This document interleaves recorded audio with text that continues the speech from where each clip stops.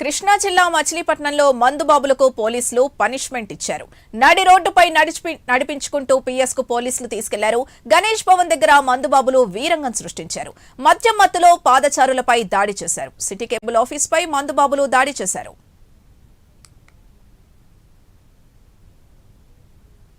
నిన్న సాయంత్రం 7 గంటలకి ఒక ముగ్గురు వ్యక్తులు బాగా మద్యం సేవించి వాళ్ళు గొడవ పడుతూ వాళ్ళతో గొడవడం కాకుండా సిటీ కేబుల్స్ కి ఎంప్లాయీస్ అయిన చలపతి, సుబ్బారావు, సాయి అనే అతను కూడా చేతులు ఇష్టం కొట్టి సిటీ కేబుల్ లోనికి వెళ్ళి కూడా కొత్తగా మాకు రిపోర్ట్ రావడం జరిగింది.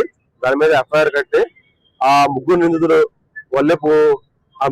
ఒల్లెపు యేసు, ఒల్లెపు సాయి, ఒల్లెపు వెంకటేశ్వర గుర్తించడం జరిగింది. వాళ్ళని ఈ రోజున అరెస్ట్ చేసి నడిపించుకుని పోలీస్ స్టేషన్ కి తీసుకెళ్లి తరలించడం జరుగుతుంది. ఈ బల్లార్పేట కానీ ఎక్కడైనా కానీ మచిలీపట్నంలో ఎవరైనా కానీ మద్యం సేవించగాని గంజాయి సేవించగాని ఇలా పబ్లిక్ మీద ఎదురు తిరిగి ఇష్టం బిహేవ్ చేస్తే వాళ్ళ మీద కఠిన చర్యలు తీసుకోబడతాయి. ఇవి మాకు ఎస్పీ గారు ఇన్స్ట్రక్షన్ ఇవ్వడం జరిగింది.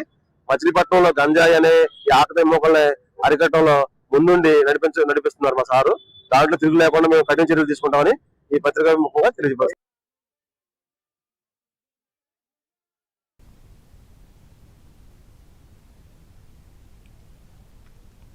ఘటనపై జిల్లా ఎస్పీ విద్యాసాగర్ నాయుడు సీరియస్ అయ్యారు. ఎస్పీ ఆదేశాలతో మందుబాబుల్ని పోలీసులు అరెస్ట్ చేశారు. సిటీ కేబుల్ ఆఫీస్ నుంచి కోనేరు సెంటర్ మీదుగా పోలీస్ స్టేషన్ వరకు నడిపించారు. నిందితుల స్వస్థలం బలరామునిపేటలోనూ మందుబాబుల్ని పోలీసులు నడిపించారు.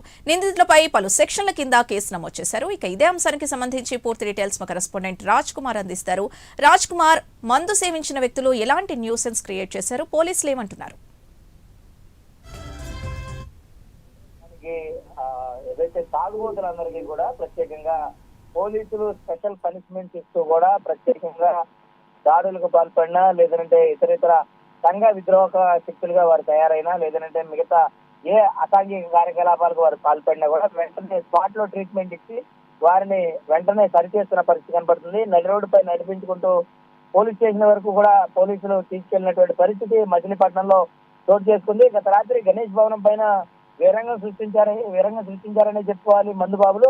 దాదాపు ఈ మద్యం మధ్యలో పాదచారులను అటు మహిళలను ఇబ్బంది పెడుతూ కూడా సమీపంలో సిటీ కేబుల్ ఆఫీస్ పైన దాడి చేశారనేట్టుగా తాగుబోతులు తెలిసింది. ప్రత్యేకంగా ఈ నేపథ్యంలో సిటీ కేబుల్ ఆఫీస్ నుంచి కోనేరు సెంటర్ మీదుగా స్టేషన్ వరకు కూడా నడిపించుకుంటూ తీసుకెళ్లారు. నిందితుల స్వస్థలమైన బలరామన్పేటలో కూడా రోడ్డు పైన ఇదే విధంగా నడిపించుకుంటూ తీసుకెళ్లారు పోలీసులు.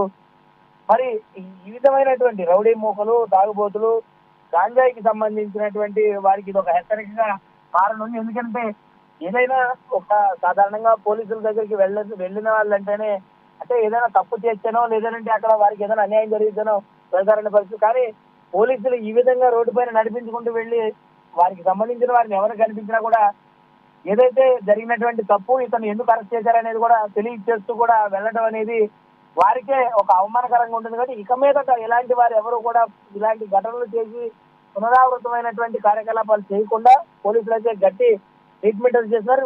ప్రస్తుతం కృష్ణా జిల్లా ఎస్పీగా ఉన్నటువంటి విద్యాసాగర్ నాయుడు దీని మీద చాలా సీరియస్ గా ఉన్నారు. ఎందుకంటే ప్రస్తుతం ఏదైతే ఆయన తీసుకున్నటువంటి నిర్ణయాలు కావచ్చు, అదేవిధంగా ఇటు పోలీసులు కావచ్చు, అటు అందరినీ కూడా సమర్థవంతంగా ముందుకు తీసుకెళ్తూ ఇటు ఎవరైతే నిందితులు కావచ్చు, ఇటు తాగుబోతులుగా రౌడీ షీటర్లకు ఆయన కుప్పాదం మోపుతున్నటువంటి పరిస్థితి కనపడుతుంది. మరి ఏదేమైనా కృష్ణా జిల్లా పోలీసులు అయితే మాత్రం చాలా ఈ విధమైనటువంటి విధానంతో ముందుకెళ్ళడం పట్ల సామాన్యులు, అదేవిధంగా పాదచారులు అందరూ కూడా హర్షం వ్యక్తం చేస్తున్నారు. ఇలాంటి ఘటనలు పునరావృతం కాకుండా ఉండాలంటే ఇలాంటి పనిష్మెంట్ ఇవ్వాల్సిందే అని వారందరూ కూడా చెప్తున్న పరిస్థితి కనపడుతుంది.